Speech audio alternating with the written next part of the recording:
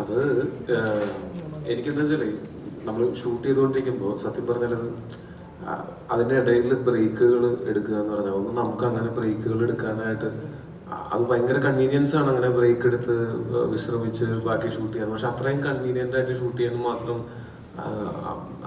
അങ്ങനത്തെ ബഡ്ജറ്റ് അല്ല നമ്മളുടെ മലയാള സിനിമയുടെ ഒരു സ്ട്രോങ് പോയിന്റ്. നമ്മളെപ്പോഴും കുറച്ച് ഒരു എക്സ്ട്രാ എഫേർട്ട് എടുത്തിട്ട് തന്നെയാണ് ഇപ്പോഴും മലയാള സിനിമ എല്ലാ സിനിമകളും അങ്ങനെയാണ് ചെയ്യുന്നത്. മറ്റ് ഇൻഡസ്ട്രികളിലുള്ള പോലെ മാസത്തിൽ 20 ദിവസം ഷൂട്ട് പിന്നെ 10 ദിവസം റെസ്റ്റ് പോലെ ചെയ്യാനായിട്ടുള്ള ഒരു സാഹചര്യം നമുക്കില്ല.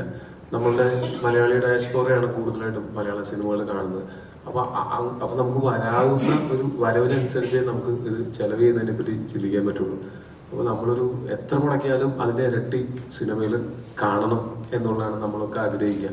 അപ്പൊ അത് കാരണം കൊണ്ടും പിന്നെ ആ സിനിമ ഒരു സിനിമയുടെ ഷൂട്ട് തുടങ്ങി മഴ കാരണം കൊണ്ടൊക്കെ ആയിട്ട് ചില ദിവസങ്ങളിൽ ചിലപ്പോൾ ഒരു ഉച്ചയ്ക്ക് 2 മണിക്ക് വരെയൊക്കെ നമുക്ക് രാവിലെ തുടങ്ങി ഉച്ചയ്ക്ക് 2 മണിക്കൊക്കെ പാക്കപ്പ് ചെയ്യേണ്ട അവസ്ഥ വന്നിട്ടുണ്ട്.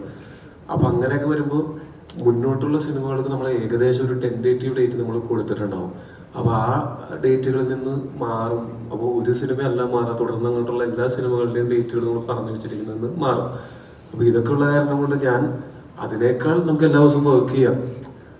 ഒരു ഒരു ഒരു സ്കെഡ്യൂളിൽ അങ്ങോട്ട് സിനിമ തീർന്നു കഴിഞ്ഞാൽ എല്ലാവർക്കും നല്ലതാണ്, പ്രൊഡ്യൂസർക്കും ലാഭമാണ്, നമുക്ക് എല്ലാവർക്കും ഒരു സമാധാനം. അങ്ങനെയാണ് അന്നെന്ന് വെച്ചാൽ ആ മഴയത്ത് ഒക്കെ ഷൂട്ട് ഉണ്ടായിരുന്നപ്പോൾ നമ്മൾ എത്ര ദിവസം മഴയത്ത് ഷൂട്ട് ചെയ്ത അല്ല മഴയത്ത് നമ്മൾ ആ ഫൈറ്റ് സീക്വൻസ് മഴയത്തുള്ളത് ഒരു 6 ദിവസം മഴയത്ത് ഷൂട്ട് ചെയ്ത് കഴിഞ്ഞിട്ട് അപ്പൊ എല്ലാവരും മഴ നനഞ്ഞൊക്കെയാണ് നിൽക്കുന്നത് സിനിമയിൽ പ്രവർത്തിക്കുന്ന എല്ലാവരും. ഇതിനകത്ത് ഞാനും ഇതിലുള്ള ഈ സിനിമയിൽ അഭിനയിക്കുന്ന എല്ലാവരും പ്രശാന്തായിട്ട് കുടയുണ്ടായിരുന്നു, ഇല്ല തലയിലൊരു തോർത്തുകൊണ്ടുണ്ടായിരുന്നു.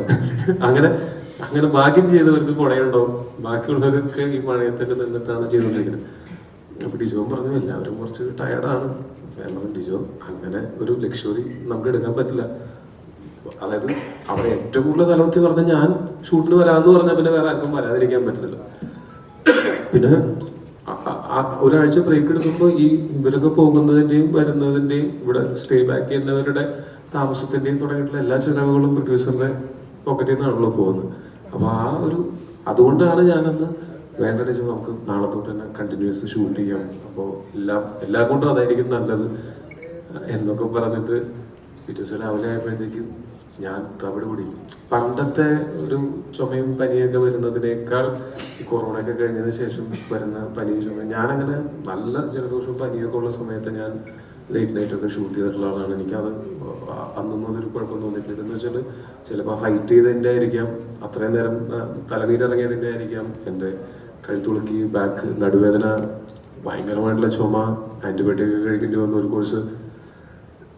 അങ്ങനെയൊന്നും സാധാരണ ഉണ്ടാവാറില്ല, ആ കോൺഫിഡൻസിൽ പറഞ്ഞതാണ്. പക്ഷെ രാവിലെ എഴുന്നേറ്റിട്ട് ഇന്നലെ എന്താ പറ്റിയത്, എന്നെ ലോറി ഇടിച്ചോ, എന്താ എനിക്ക് എണീക്കാൻ പറ്റാത്തത് എന്ന് ചിന്തിക്കുന്ന അത്രയും ടയർഡായിരുന്നു ഞാൻ.